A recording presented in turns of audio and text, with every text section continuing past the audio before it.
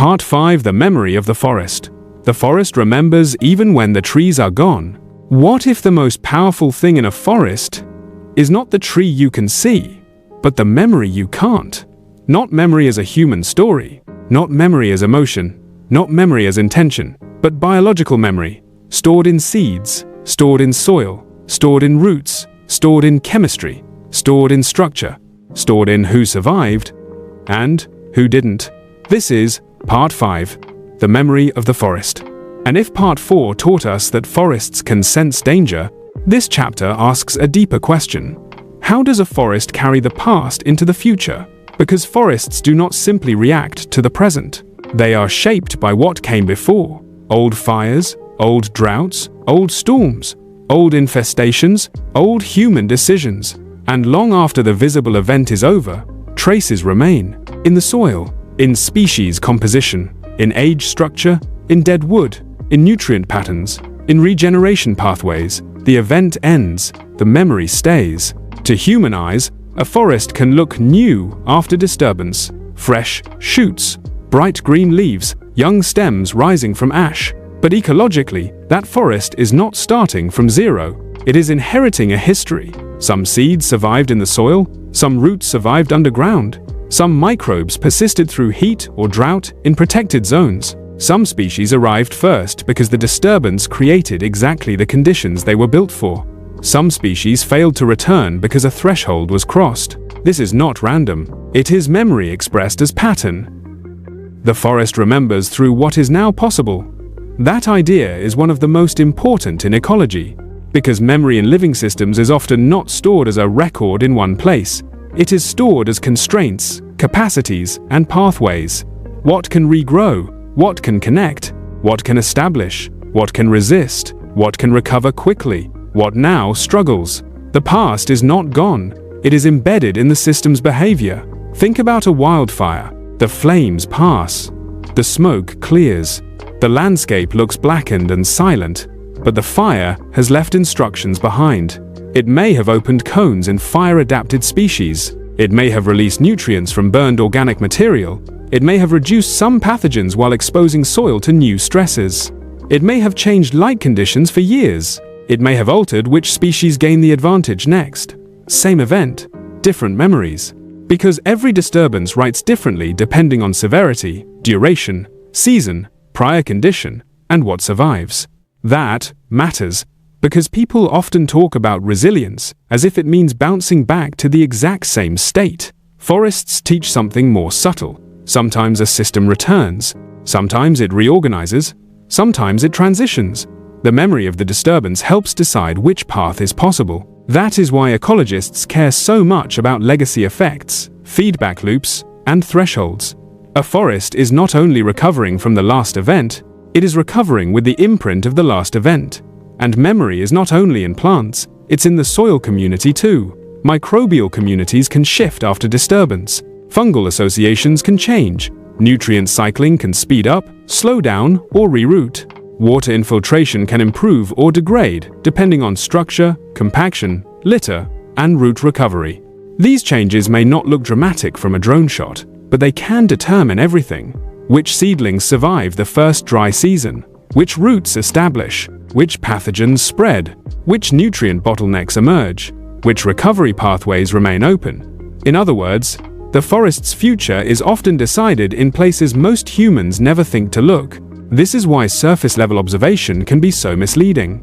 A green landscape is not always a recovered system, and a damaged landscape is not always a doomed one. The real question is deeper.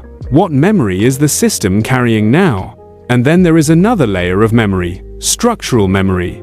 A forest remembers through shape, age diversity, species diversity, layering, canopy gaps, dead wood, root channels, soil horizons, patch mosaics across the landscape. All of these influence how the next shock will move through the system. A forest with mixed ages may respond differently to wind than an even-aged stand.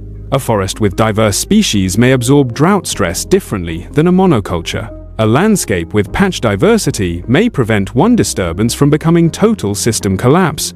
This is memory turned into architecture. The system is not only storing history, it is using history to shape risk. And that may be one of the deepest patterns in nature. Memory is not just about the past, it is a tool for surviving the future. Now zoom out, because this is where the forest becomes a mirror. Human systems also carry memory. Some of it is written down. Most of it is embedded in habits, in culture, in infrastructure, in code bases, in hiring patterns, in supply contracts, in maintenance debt, in what gets funded, in what gets ignored. Companies remember outages through architecture changes. Cities remember disasters through building codes. Families remember instability through behavior. Institutions remember failure through process or repeat it when they don't. And just like forests, we often misunderstand our own memory. We think memory is what we say we learned, but systems reveal memory through what they are prepared to do under stress. When pressure hits, the real memory appears.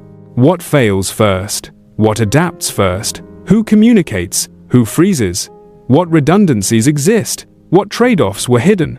That is, system memory made visible. This is why the forest's lesson is so powerful. If you want a resilient system, don't just ask, what happened last time? Ask, what did the system retain from last time? Did it preserve useful legacies? Did it rebuild the same fragility? Did it strengthen feedback loops? Did it diversify pathways? Did it improve sensing? Did it store recovery capacity, or only restore appearance? Because appearance can lie. A system can look recovered and still carry dangerous memory. A company can hit growth targets while carrying burnout memory. A city can rebuild roads while carrying flood vulnerability memory. A network can patch the breach while carrying the same trust failures. A supply chain can restart while carrying the same single-point dependency. This is why the forest is such a brutal teacher. It does not care about declarations. It reveals truth at the next disturbance. And that's the moment where memory becomes destiny. Not fixed destiny, not inevitable destiny, but probable destiny, unless the system changes. That is the opportunity. Forests do not just store memory passively. They transform it through succession, adaptation, and time. And human systems can do the same. We can redesign after failure. We can preserve useful legacies and remove harmful ones. We can convert trauma into protocol. We can turn weak points into monitored points. We can build institutions that remember intelligently, not just emotionally. That is what mature resilience looks like. Not forgetting, not repeating, not freezing in fear, remembering in a way that improves function. The forest does this constantly, quietly. Every ring, every root channel, every seed bank, every scar, every gap, every regrowth pattern. A forest is not merely alive, it is archived. So what should we learn from it? Build systems that remember well. Preserve the legacies that support recovery. Document the failures that matter. Design for the next event, not the last headline. Store memory in distributed ways: people, process, infrastructure, relationships. Train for stress, not just success. Audit what your system has learned, not just what it claims. Because memory without redesign is repetition, and redesign without memory is arrogance. The forest teaches a harder, wiser path. Carry the past forward, but translate it into better futures. If Part 3 was the recovery code, and Part 4 was the signal layer, then Part 5 is the deepest layer yet. The memory system, the hidden archive beneath resilience, the imprint beneath adaptation, the reason two forests can face the same fire and become two different futures. And once you see that, you start seeing memory everywhere, in ecosystems, in organizations, in technology, in cities, in families, in yourself. The strongest systems are not the ones with no scars, they are the ones that store scars as intelligence. If this changed how you see forests, resilience, and the future, like this video and subscribe to Hidden Nature Science TV and QeoshTV, because the next lesson from the forest may not be about how life survives, but how life decides what to remember.